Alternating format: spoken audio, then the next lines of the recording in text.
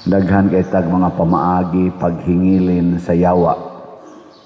Karon kusog-kusog ning mga deliverance, mga exorcism, mao na nga daghan kay dinhing magsigig pabinditan mga tubig, mga asin, crucifix ug uban pa kay para paghingilin sa yawa. Pero naa di ay epektibo kayo nga paghingilin sa yawa nga gipakita sa atong ebanghelyo karon. Unsa man? Unsa man? Kanang mukaon kag mumho. Kaon kag mumho. Murag iro ba? Nga manilap sa mumho. Mawa din ang yawa. Mao may nakapawagtang sa yawa sa anak sa babae. Kiniingon mas Jesus, dili maayo nga ipakaon ang pagkaon sa mga anak ngadto sa mga iro. Kiniingon man ang babae, apan sir, bisan ang iro makakaon mas mumho nga mahulog gikan sa lamisa sa kabataan. Pagsulti niya ani matod pa sa itong ebanghelyo, niingon dayon si Jesus, makapauli na ka, nigawas ng yawa. Sa pasabot ana, ang epektibo dahil kay makapawagtang sa yawa, maogyod ang atong mapaubsanong pagdawat sa kabubuton sa Dios. Humble acceptance of the will of God. Kung di kita kadawat sa kabubuton sa Dios, bisan pag magsigi kag gamit anang mga asin tagpila na nakabalding asin imong dadon, tubig tagpila ka baril, tagpila ka galon, bisag puston pa na nimo imong lawas anang gipangkawit nga mga rosaryuhan, mga scapular, mga crucifix, putos na nang imong kwarto, na alang yapon ang yawa.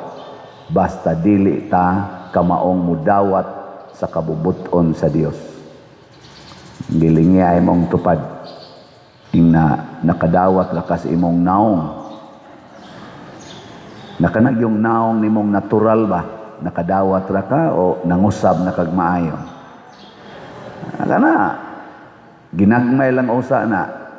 Pero di ka kadawat ana imog yung usbon, mayawaan gyud ka.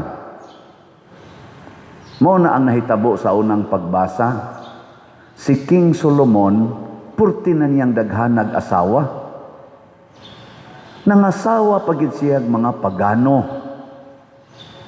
Daghanak kay siya nahimong nindot ng mga simbahanan, mga altar na para sa ilang Ginoo nga si Yahweh. Nang himo pagid siya adtong mga altars nga para sa mga pagan gods. Purting sukuas Ginoo. Nayawaan siya kay di naman siya mosunod sa gustos Ginoo. Kaduha gud kuno nagpakita ang Ginoo niya kay giingnan siya ayaw lagi pagsunod anang mga pagano kanang mga idolatry. Wa na maminaw si Solomon. Di ba kagahapon si Solomon gidaig man tog maayo sa Queen of Sheba kay nganoman ang Ginoo nag-uban gid niya. Nindot kay si Solomon para sa mga tao kay ang Ginoo nag-uban gid niya. Nagtuman gid si Solomon sa gustos Ginoo. Oy, pagkadugaya na tintal gid si Solomon sa yawa. Kana bang di na ka makontinto sa gustos Ginoo, maghimo na tag-atong gusto. Kani karong impeachment nga himuon sa para sa Vice Presidente. Ako, naminaw man ko sa mga vlog-vlog, pag-declare yun nga ang 284 man siguro to ka mga congressmen nga ni-declare nga dismiss na ang impeachment, petition sa impeachment sa presidente ni Bongbong Marcos. Namakpak sila sa kalipay. Namakpak sila sa kalipay pag-ingon, dismiss na. 284 ang nibutar. Dismiss. Namakpak sila. Nya sunod karong mga sunod mga adlaw ang impeachment na sad nga case against sa Vice President, unsa sa kay ilang buhaton?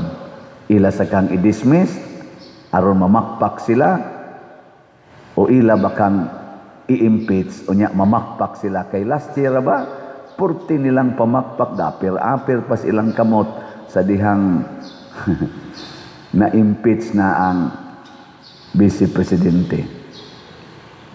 Nag-ana silang kamot ba? Lipay kay sila. So kining ilang gibuhat karon sa atong mga politicians, unsa man nagtuman sa kabubuton sa Dios o nagsupak sa kabubuton sa Dios? Ato na lang ng pamalandungan. Ug unsa may mahitabo kung musupak tas kabubuton sa Dios, sama sa gingharian ni Solomon, nabungkag ang iyang gingharian. Matod pas Ginoo, bungkagon ko ang imong gingharian, ihatag na nako ngadtos mga pagano.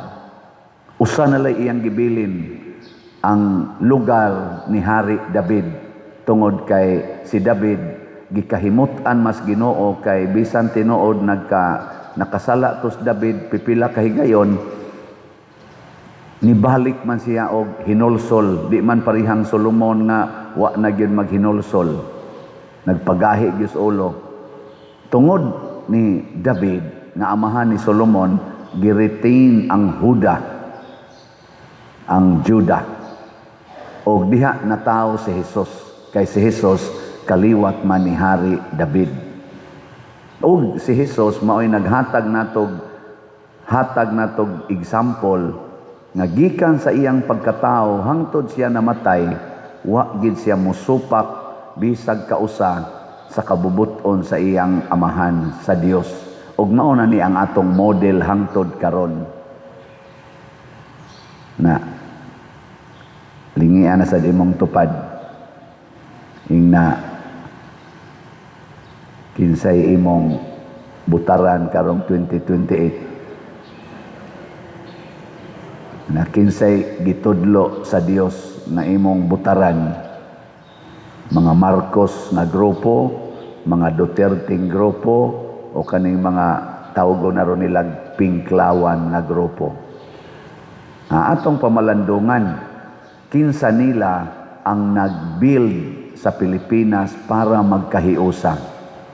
Kinsa nila ang naglihok?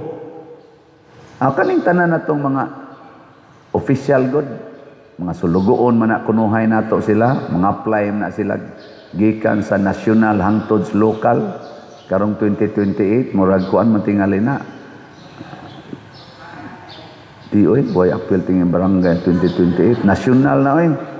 Kutobranas mayor o mga konsehal lungsod. Wa pa mo apil anang abot kanus ang kapitan, nus ang mga kapitan gan. Wa pa ko kibaw nus ang eleksyon kapitan. Basta ang kanang 2028 nga ila na rong isigi na nagyaw-yaw, ngandam lag ngayo mo ni kani mga impeachment, kanang mga hearing nila, kanang mga warrant of arrest nila diha. Pulos man na siya ilang mga political maneuvering para pag-andam yun sa ilang tumong nga sila mao'y ma-elected sa kuan 2028. Ang naas administrasyon, iya sang giandam og maayog, gi-control na niya hapit tanan. Mauna nga dito's kumilik, may kaing pagkahanay. Usahay god ang nidaog mao'y taktakon, ang napildi mao'y palingkoron. Nindot na kayong atong kumili karon, ang nidaog gisuspenso, gitaktak, gidisqualify, ang napildis eleksyon mao'y naglingkod. Nindot tas atong kumili. Arisag ka sa Congress, magsigig hisgot anang 125 million na confidential fund sa Vice Presidente. Wa na gyud maghisgot sa flood control nga porting daghanang nangamatay, nya porting daghanang kwartang nawa, trillions. Wa na gyud naghisgot. Kana nindot sa kanang atong Congress. Dito sa Senate, siging hisgot anang kinsay mahimong bag-o na sang Senate President, o niya, kinsay magkupot yun sa majority, kinsay minority, kinsay Duterte Black, kinsay sa diha, nga black-black nila. Wa na yun, maghisgot sa flood control, wa na yun, naghisgot atong PhilHealth nga funds, nga nangawagtang billion-billion to. Nindot kayo ron. Mauna nga iampo na to. Di natin itakalaom anak nila, basig buranan na sila si Solomon, nga gahi na kay go, nga bisag unsa og sulti, di na gyud maminaw, malusno og gining Pilipinas, og kana sila mo'y magda. Kanang klasihas mga tao ba, mga leaders nga, nabitang ang ilang kabubuton mo'y ipatuman. Maliwat ang Solomon, ang nindot nga gingharian, malusno yun.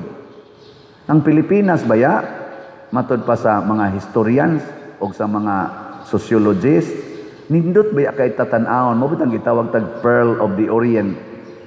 Kay nindot kay tatanawon para sa ubang mga nasod, sikat kay ta economically, sa atong political o sa tourism o uban pang mga bahandi nato ba.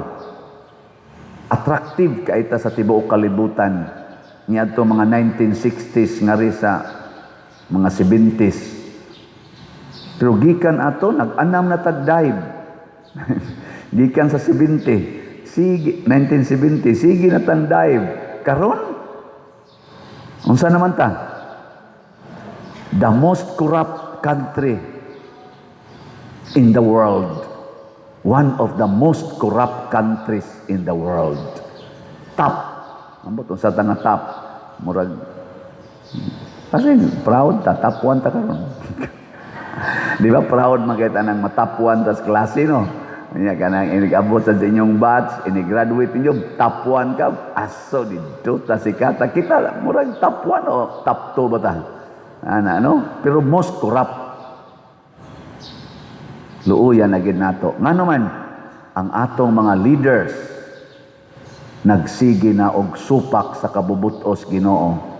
Ang giingon sa Ginoo nga atimana ang labing ubos, ang mga waybalay, ang mga gigutom, ang mga masakiton. Atimana, wa na sila magpakabana ni ana kaayo karon. Kuhaon man ganing budget sa PhilHealth para sa mga masakiton gid na. Kawaton manggani ang flood control para protektahan ang mga balay. Aporti na hinong daghan ng nawadas balay kay flash flood na binadinis atong parokya. Nakaroon ang atong balay nga mahimo sa atong gi-raise nga kwarta sa DPR moabot og mga 57 kabalay. Naningkamo ta ana kitang mga pobre nagtampo-tampo ta sa atong mga mumho kanang slot kanang atong slot mumho man na ginagmay-gangmay ba tag 100. Tanawa ha, sa atong ginagmay nga pagtampo-tampo sa atong DPR or divine, sa to? Perfect response. Ang mahimo na tong balay karon nakahuman na tagtulo, 57 ka balay ang ato ng makaya. Ginagmay ra kaini. Unsa na ka ng ilang mga budget nga mga billions? Di ka na makahimog daghang balay, pero nga wa may nahimo. Kay wa magtuman sa sugo os Ginoo, atimana ang mga way balay. Sugo nas Ginoo nato. Muna kamong namalit og slots, congratulations, nalipay ang Ginoo ninyo. Pakpakan nato ang namalit og slots. Nya, mopalit pa mo. Palit pa more. Di na ta mag-agad anang ato mga politicians nga magsigig pangitaan ng mga billions, mga millions, nag-away na lang na sila pero way gibuhat ngadtos mga kabos. Ang ilar sang buhaton kanang ayuda-ayuda. Nya pilion ra sang hatagan. Wagan ika maapil sa ilang grupo, ikay katapusan og napay sobra. Muran lang kag iro, manilap ang mga mumho. Grabe kayo. Hasta gani karon ang ubang mga kapitan, wa na, gipangluok na. O dili ka ilang aliado, patay kas mayor. Ana, luuyas atong nasod eh. Mura bag amahan ba? Kani man kung atong gipangpili, mahug man sa silang tawag og amahan, amahan sa nasod, amahan sa probinsya, amahan sa lungsod, amahan sa syudad, amahan sa barangay. Ana unta ang ilang treatment. Lain man ni mga amahanan na may favoritism. Ang iyang mga anak nga pulos gigutom, ang pipila ra may pakanon, ang wa niya mauyon ni di man pakanon. Nya malipay ang Ginoo ana, dili. Nya kay wa man malipay ang Ginoo, nalusno ang Pilipinas. Ni grabe ang corruption, ni grabe ang insurgency, ni grabe ang drugas, ni grabe ang unemployment. Gi kulata na tagmaayo sa mga katalagman, tawhanon nga katalagman o natural nga katalagman, kinaiyanhon. Ngano man, ato nang gisupak-supak ang Ginoo. Kinsa may gauna-unag supak-supak sa Ginoo? Ang atong mga leaders. Nakaron kita man kay gobyerno, kusog magkita nang recite anang preamble nga, government emanates from the people, for the people, of the people. Ilingya imong tupad. Ingna, usbon ba ni natong atong nasod? Ingna, usbon tanin. Nya maingon ka, unsa may mahimo nato, nga wa man tay gahom. Ang gahom naa nato. The power of the government naa nato. Pero di ta kausab ani without God. Mao na mubalik tas Ginoo. Ilho nato ang Ginoo, simbaho nato ang Ginoo. Dili nato simbahon ang mga gitawag og mga idols. Kanang idols ba? Idolatry. Kinsa may itong mga idols? Mga politicians, kwarta, mga adunahan, mga gamhanan, mga celebrities, nga wa na gani mga Ginoo. Mao may atong usahay gi idolo. Mao bitan na inyong mga buhok na nga bland na bisag itom, kay ang inyong idol kana mga celebrities nga nagpa-blanch buhok. Maubitan ng kitang mga Pinoy daghan kay tag mga gapatato sad karon na putos ng lawas sa tato, kay ang imong idol kana man sang na ang celebrity nga daghan kay tato. Ang atong iidolo mao na ang Ginoo ug ang mga santos.